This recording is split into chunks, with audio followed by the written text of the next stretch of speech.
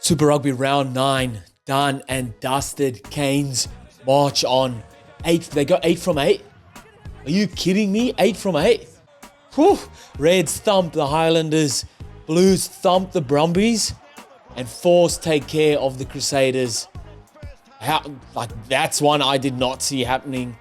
Crusaders season goes from bad to just worse.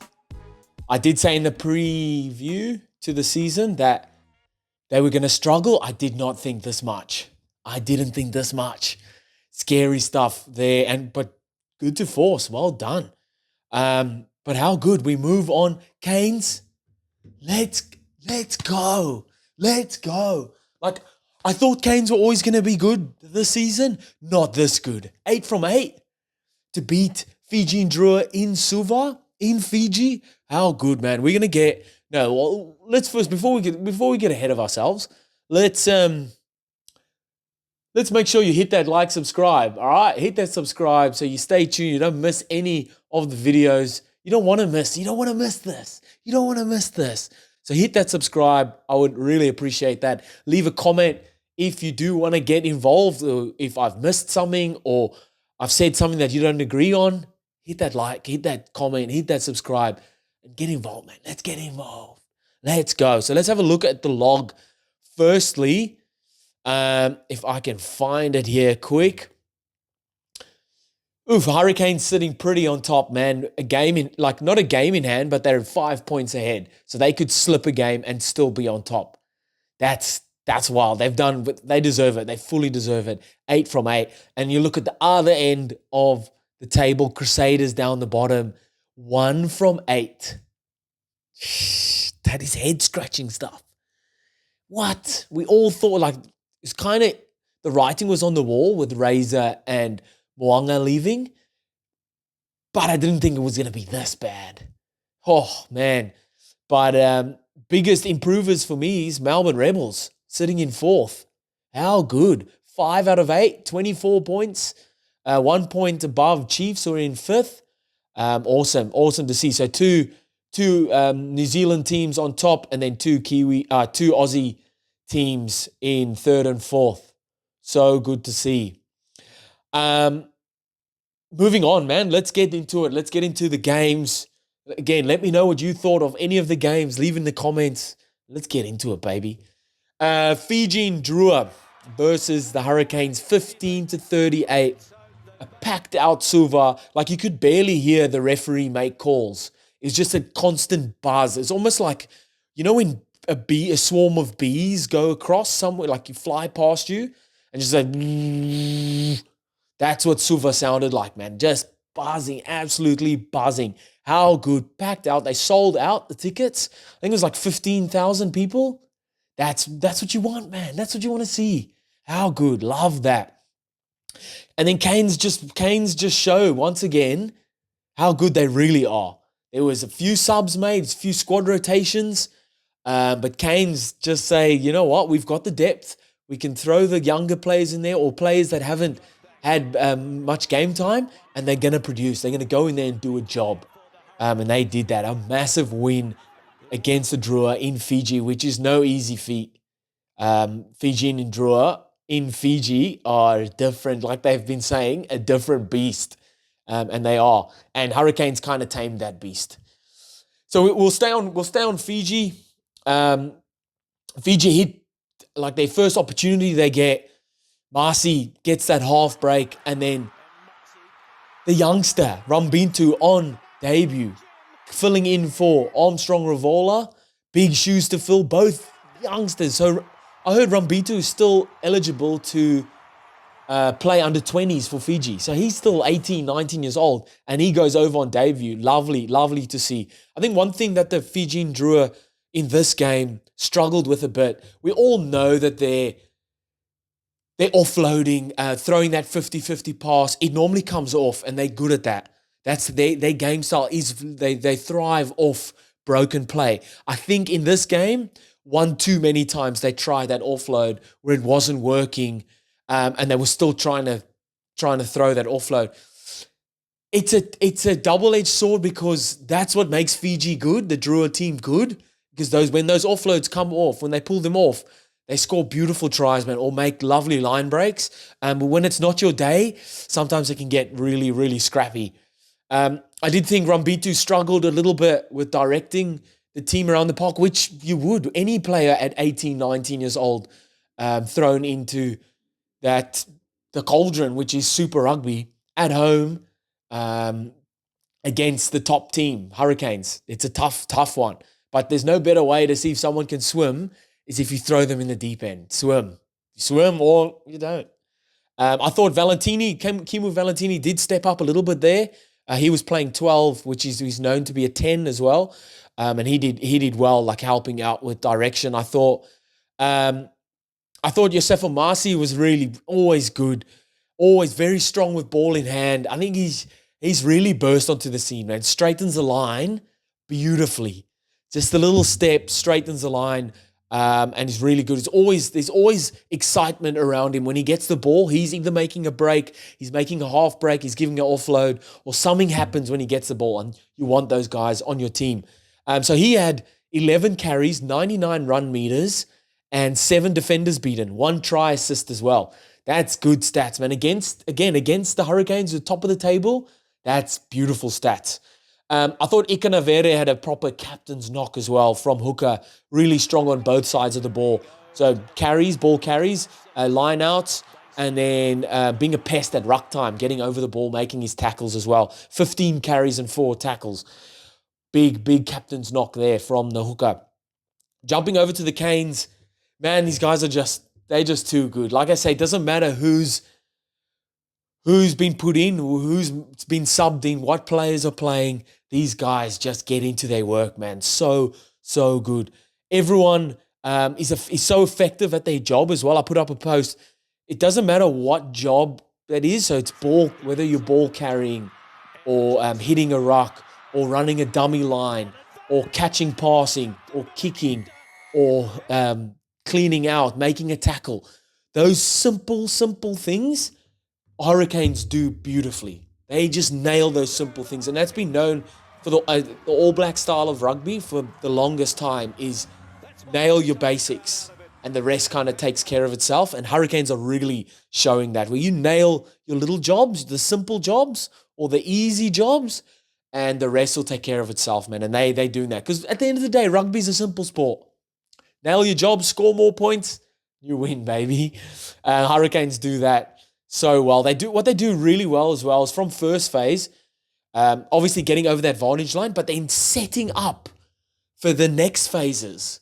So getting over that vantage line, or that second phase will be real tight, drag in more defenders. When 3 or 4 phases, they want to get space down the outside. So they'll drag those players in. And their game plan is all set up for get over that vantage line firstly on first phase, make sure that ruck is clean, and then that second phase, boom, short there, forward coming in or a center coming in off Perenara, hitting that short line, dragging more defenders in. And then what they'll do, the third phase, is a first receiver will get the ball, or a prop will get the ball and throw out the back, or first receiver will get it, play the second receiver, and then the blind winger is coming right around.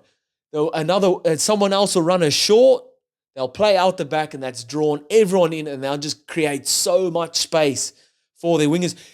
And when you've got guys like Naholo, Morby, Ruben Love out on the wing, like Rayasi, create space for them. Let them cook. And this is what their game plan is set out to do, is create space for these absolute killers on the wing, on the edge, and it works so well for them. I thought Billy Proctor had an absolute game, man. His game is coming on leaps and bounds as well, really nailing down that 13 jumper for them. Straightens the line beautifully, deceptively quick and strong as well. He had 1 try, 3 carries, 3 defenders beaten, and 14 tackles. Got into his work. Duplessis Karifi, another massive game. The engine on him, man, is immense, and it just allows him to put himself in positions to do more jobs, if that makes sense. He's that fit that he's just up and into the next job, up second efforts, up third efforts. So he can make a tackle, get up, try and affect that ruck, or get back out, make another tackle. And he's just Just a workhorse, man. He got 8 carries, 2 defenders beaten, 23 tackles. Holy. Unfortunate yellow card, but man gets into his work. I thought O'Reilly played well as well at hooker, very strong with ball in hand, strong defensively as well. Down the touchline, their game plan is set so that your hookers or your strong ball carriers are getting ball down the touchline and they just carve up, man. He had 1 try, 5 carries, 3 defenders beaten, and 15 tackles. Unreal. Good win for the Hurricanes. They march on, man. 8 from 8. Let's go. They keep going, man. I don't know who's going to stop them. I don't know who's going to stop them. Let me know in the comments, who do you think? Who's going to stop the Hurricanes? I don't know. We move on. Reds versus the Highlanders. 31 to zip. 31 unanswered points. How good. First time Reds have kept an NZ or a Kiwi team to 0 since 1999. The biggest win over the Highlanders ever. This is a stat that I actually looked up. Yeah, I looked it up. So that's true. It's true. Reds early on looking like totally different team to last week, which last week was a disaster for them, losing to Moana, and then to come back like this and put 31 points on the Highlanders. So much more effective at ruck time with ball in hand as well. Strong carries, aggressive in contact. That's what you want to be. Rugby's an aggressive sport. Contact sport as well. Get over that vantage line. Dominate your ruck or that collision point. And that's what they did. Strong there. So much more continuity in attack as well. Patience in attack. 19 phases before Ryan Smith's try. 19 phases. Any team defending that, you're not holding on for 19 phases, man. Unreal. I thought defensively they were very strong as well, very connected, sticking together, connected, that line speed coming up together, but then sticking their one-on-one tackles, sometimes getting 2-on-1 tackles, just being real dominant there. I thought Hunter Paisami's he was unreal tonight and has been unreal this season. Obviously a clean slate with Joe Schmidt being the Wallabies coach now. And he's been unreal. You know what he's bringing in defense? He hits, man. Strong tackles, Paisami. And with ball in hand, he's always getting over that vantage line. Such a little nugget. He's got a good little step on him, a good fend, obviously strong in contact. But where I think he's lifted his game is with his soft skills. So his catch and pass, that as a 12, yes, you can be that strong ball carrier. You also want to be a distributor of the ball as well. With your 10, you want to be able to hit that skip pass or hit a nice flat ball or one out the back. He's really worked on that and it's paying off because some of his passes have been beautiful. But then also his little kicks, little cross kicks, little grubbers. All backline players should be able to kick the ball. Some a lot better than others. But if you can kick a ball well, no matter what position you're in, coaches look at that. They know, okay, when it comes down to deciding who am I going to pick, even when you're on the bench, like, if you've got 2 players, they're both good defenders, both good carriers of the ball, but one can kick better than the other, you're picking the one that can kick. Because who knows what happens? Injuries, you need to put someone on. Can he kick? He can do everything else, but can he kick? Let's put him on, man. He's been unreal, Hunter Paisami. So important that he's added those little soft skills to his game, making him almost undeniable. You've got to pick him now. You've got to pick him. So that's one. He had 1 try, 2 try assists, 13 carries, 3 defenders beaten, and 7 tackles. How good. For the Highlanders, not much, man. They scored 0 points, struggling to get going, very disjointed in attack and defense. Very one-out attack, so getting isolated, getting their ball turned over a lot. The first real opportunity they had was at the 30-minute mark, and then they go knock on that phase or the phase right after that. There's a lot of just coach killers. Right after halftime, they had 15 phases build up to try and score, knock the ball on. Just a coach killer, man. I will say Billy Harmon really and tries his dick off every single game. Just a warrior, true leader by example. Gets through his work, man. Week in, week out. You almost feel sorry for the bastard. 14 carries, 5 defenders beaten, and 16 tackles. Got into his work, man. There's not much to say. Reds, well done to come back from. They had three losses in a row before this one, and they come back out firing 31-0 over the Highlanders.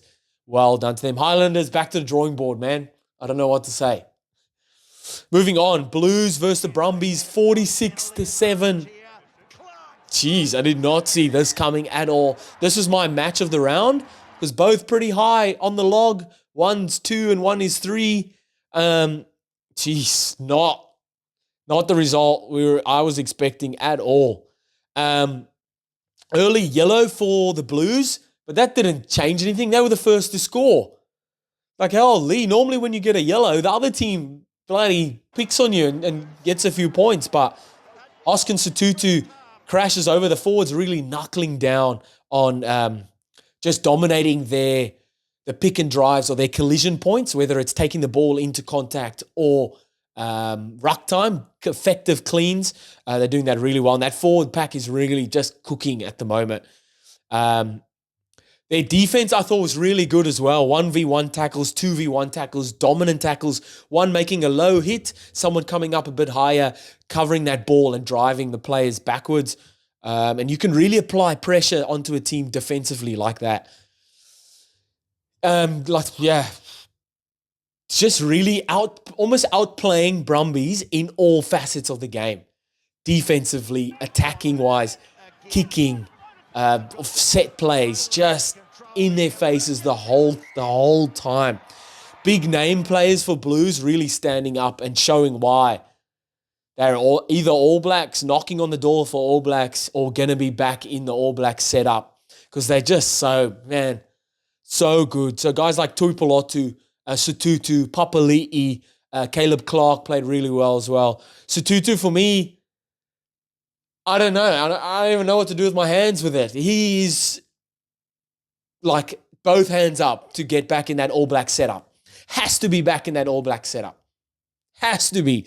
2 tries. What was it? 2 tries, 1 try assist, 13 carries, and 54 run meters. Let's go, man. And Drippy is all hell in his captain's run kits or captain's run fucking dress ups. Man, looks fire. I thought Mark Talia played well as well. 12 carries, 112 run meters, 9 defenders beaten. No try, but just shows how much meters and how much just what of a pest he is. So he's not scoring tries, but off the back of his runs and him beating defenders, puts the opposition defense backwards, lets his team roll around and getting front foot ball. Whenever he gets the ball, he's like 90% chance of beating someone. So he's at 12 carries, and in those 12 carries, he's beaten 9 defenders. I'm not good at math, but that's like 70%, 80% that you're beating someone. That's high. That's lovely stuff, man. Jumping over to the Brumbies, no possession at all, really, in like most of the game. Like missing a lot of tackles early on, giving away easy penalties, giving away the ball easy. And just credit to Blues for their like just in your face, running at them all day. They had 1 or 2 opportunities in the first half, but the Blues, like credit to the Blues defense, like shut them down straight away. Right after halftime, I thought this was a coach killer as they gave away a penalty straight away, and then Blues ended up scoring from that maul. Just like you've said your say at halftime as the coach, and you're like, yes, okay, I'm looking for a reaction from my players. They go out, give away a penalty. The opposition kicks to the touchline. They get a maul set and score from that maul, and you're just like, you throw your fucking pencil and you're the coach. It's an absolute coach killer. Did eventually score in the 64th minute, but outplayed everywhere on the park, man. The only stat that I wrote down worth writing down, someone that stood out, Charlie Cale, 20 tackles. But the whole forward pack had double digit in tackles because they never had the ball. So tough outing there. And that's tough, that's like a real confidence like killer for the Brumbies. You're going into finals. You might be playing the Blues again. And after hiding like that, tough, man. And Blues march on. Good result for them. Moving on. Holy. Western Force versus the Crusaders. 37-15. The Force beat the Crusaders. Yeah.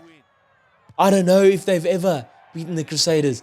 This is a stat that I haven't researched, and I'm still telling you. The Force, I don't think, have ever beaten the Crusaders, and then they go out and thump them. Holy, 37-15. Crusader season goes just headache stations. They've only won one game. Oh, when you have 61% possession of the ball and still lose, oh man, bigger problems than we all thought. Oh, I'm gonna go on the Western Force first. Defended really well. Like for your opposition to only have 39% of the ball and your opposition had 61%, and you won, you'd like double their score.